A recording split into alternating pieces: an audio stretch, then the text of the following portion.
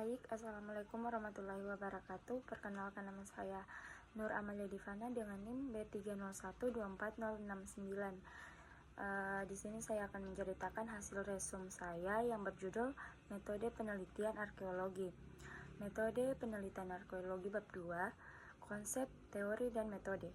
Sejarah perkembangan kelembagaan. Pada awalnya arkeologi di Indonesia berciri amatiristis dan berkembang hingga menduduki taraf sebagai suatu cabang ilmu pengetahuan yang kegiatannya diatur dalam struktur internasional, dan perkembangan ini dapat dibedakan dalam beberapa tahapan, yaitu tahap pertama, tahap kedua, dan tahap ketiga.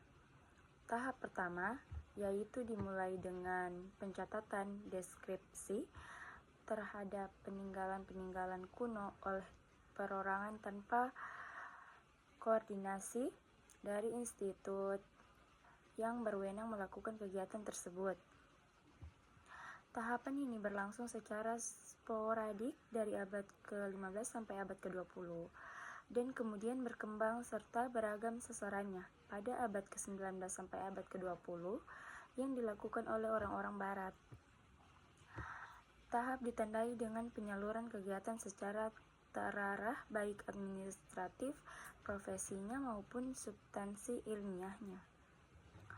Dalam struktur institusional yang mula-mula bersifat sektoral terbatas dalam bentuk komisi pemerintah kolonial yang kegiatannya dititik beratkan terutama di Jawa dan Madura. Tahap ketiga merupakan tahap akumulasi data dari berbagai jenis kegiatan arkeologi dari periode sebelumnya, sehingga dipandang sudah saatnya untuk menampung kegiatan-kegiatan tersebut dalam suatu wadah institusional.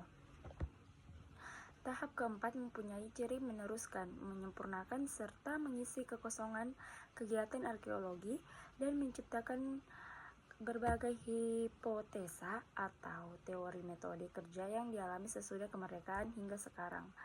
Data arkeologi merupakan cerminan tingkah laku masa lampau yang telah bisa Scheffer 1976 sampai dengan 12, proses yang membentuk data arkeologi sehingga seperti sekarang ditransformasi yang bersifat budaya, karena faktor tindak manusia dan alam akan mengakibatkan perubahan data arkeologi dalam banyak aspek.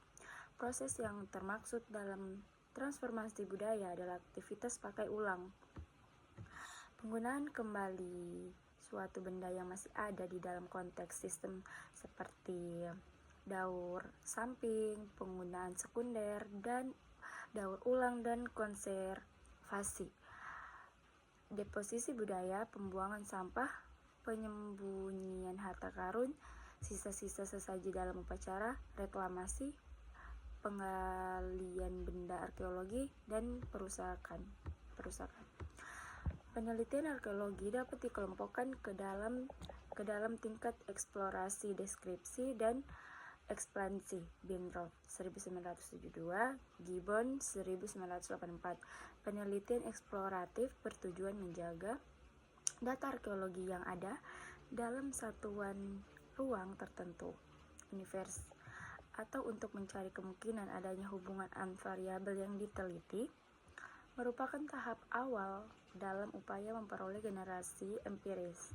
Penelitian deskriptif memberikan gambar tentang data arkeologi yang ada, baik dalam kerangka waktu, bentuk maupun ruang, atau bermaksud menunjukkan adanya hubungan antar variabel. Adapun penelitian eksplanatif memberikan penjelasan tentang gejala yang diteliti dengan menerapkan dalil, metode, atau teori tertentu.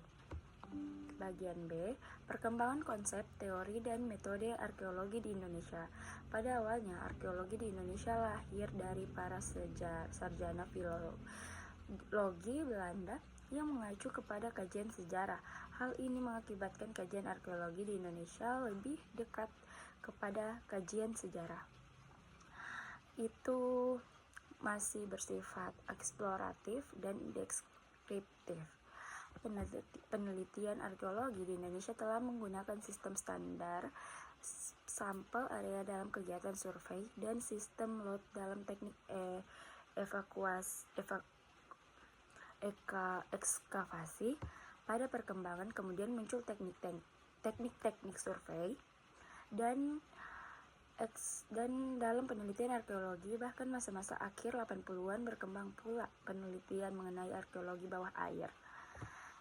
Kedudukan hubungan arkeologi terhadap ilmu-ilmu lain adalah sistem pengetahuan yang akumulasinya didasarkan pada kaidah-kaidah pokok berupa asas keterbukaan, baik berupa kejelasan serta pertanggungjawaban, metode dan konsep-konsep yang digunakan, maupun kejelasan data serta perlakuan terhadapnya sehingga dapat dikaji ulang oleh siapapun.